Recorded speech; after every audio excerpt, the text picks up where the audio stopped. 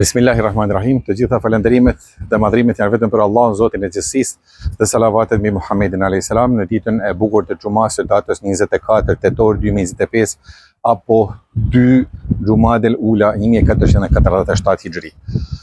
Vëllezër dhe motra, a keni menduar ndonjëherë përse të dëgjuarit është shqisa e parë në radhën e shqisave tjera që përmenden në Kur'anin familjar?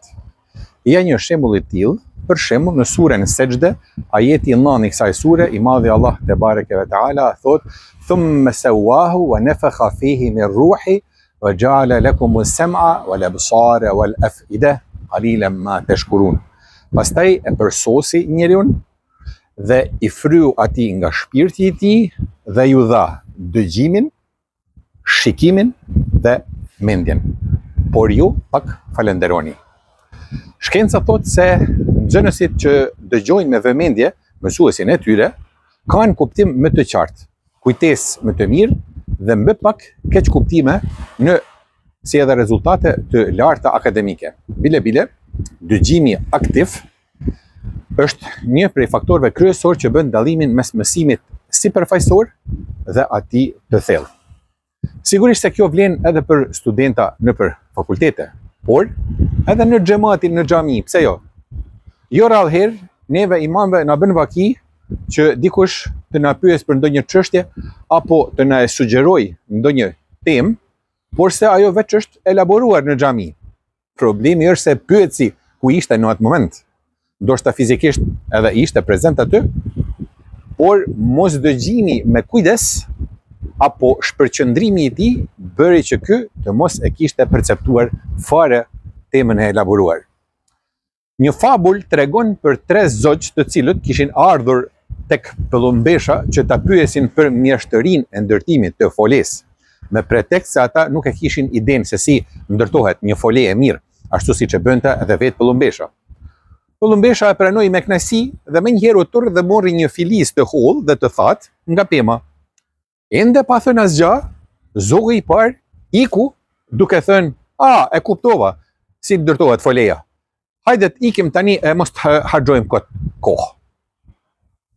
Pëllumbeshi shikoi dhe mori edhe një filis tjetër dhe ende pa thënë gjë, edhe zogu i dytë fluturoi duke thënë: "Pash edhe kuptova aq sa më duhet. Tani di vetë ta ndërtoj folen." Pastaj pëllumbesha vendosi një pupull dhe disa fije bari mes filizave, kur në atë çast edhe zogu i tretë iku duke fluturuar e duke thënë: "Mësova aq sa më duhet, tani po iki që të bëj punën." Pëllumbesha mbeti e befasuar nga kjo sjellje e 3 zogjve dhe tha me vete: "E si t'ja mësoj unë e shkereta ndërtimin e folesë, ndërkohë që ata nuk kanë kohë as që të dëgjojnë e t'ja vejnë veshin fjalëve të mia." Vëllezër dhe motra, dëgjimi është çelësi për të komunikuar dhe për t'i kuptuar të tjerët.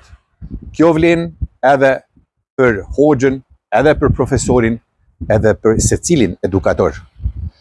Aq sa do të dëgjoni, aq edhe do të kuptoni. Kush nuk di të dëgjoj, të mos fajsoj kënd se diçka nuk e ka kuptu. Ai që nuk di të dëgjoj, ai nuk din as të flas e as të kuptoj. E në realitet, në jetën e përditshme, e shihni se njerëzit që janë të shurdhër kanë edhe shumë probleme ose në shumicën me të folur, ose në shumicën e rasteve janë madje edhe me meca. Andaj, kujdes dhe bëjni vetes këtë pyetje: a jam unë sa duhet i ndërgjegjësuar e të kuptoj, sa i aftë jam për të dëgjuar të tjerët deri në fund? Allahu xhaleshanuhu na bëft të ndërgjegjshëm me ndëgjim, aq sa na mjafton që t'i kuptojmë në realitet shkaqet e jetës së lumtur në këtë botë, inshallah të lumtur edhe në ahiret. Deri në takimin e xumas së radhës, nga bregu i detit i malit Zi, nga vendi Bularica, ju përshëndes me selam. Esselamu alaikum rahmetullahi ve berekatuhu.